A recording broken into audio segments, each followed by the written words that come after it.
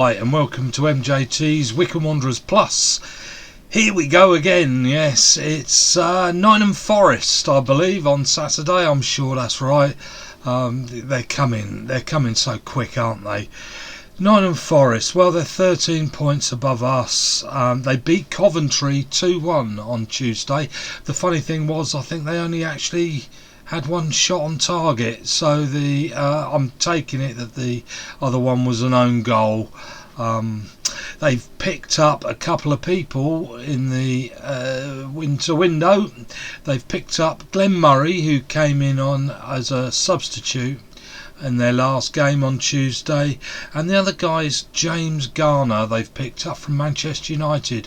Know absolutely nothing about him other than he's a midfield player, and was said to have a really good game. He's 19, I think, but they reckon he was one of their stars on the pitch. We've played them 4 times all in all, and we've lost 3 and we've drawn 1. And of course, one of the games we lost was back in November when we played them, and it was 2-0 to Nottingham Forest.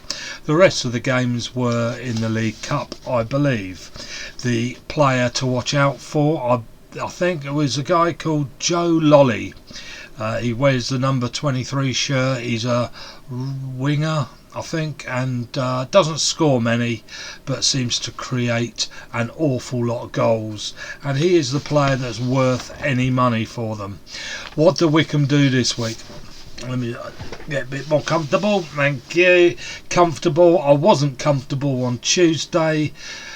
I was more comfortable losing 7-2 to Brentford than I was picking up a point 0-0 against Birmingham. Now, before, I know there was somebody wrote about sacking Ainsworth and all that.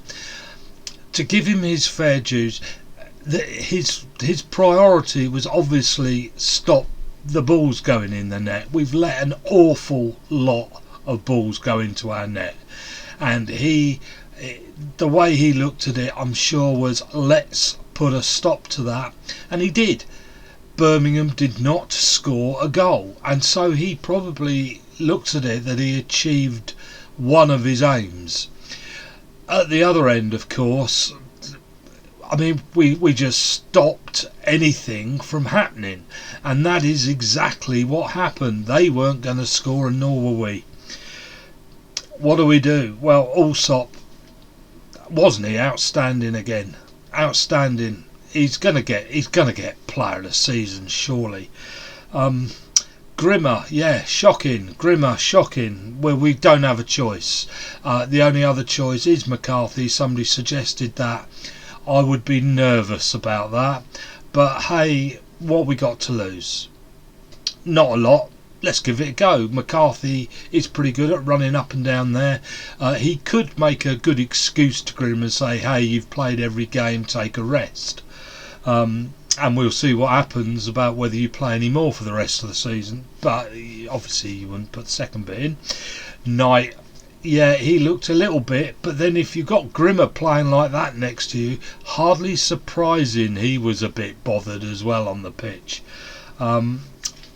Tafazoli, excellent find, and Abita, no problem there. So we've got our line up at the back there. McCarthy, Knight, Tafazoli, Abita in the midfield. Here we go. Well, he's going to play a 4-3-3. He seems to play that every match, and the 3 in there is Offerball. Was somebody he's re-signed. We played 25 games for us last year. No reason not to put him back in there. Thompson, no, and Bloomfield, definitely not. I'll have a think about that. Onidinma up front, give him a day off. Ikpeazu, you can't give him a day off. How about putting Cashgate up there instead of Musquay to start? Let's have a look what Cashgate can do with Ikpeazu. I think you're being really unfair to Cashgate plonking him on the pitch every time with Akinfenwa when nothing's happening. Let's find out what Kashket can do with Ikpeazu. There's no need not to experiment. What can happen other than we lose a game? Really?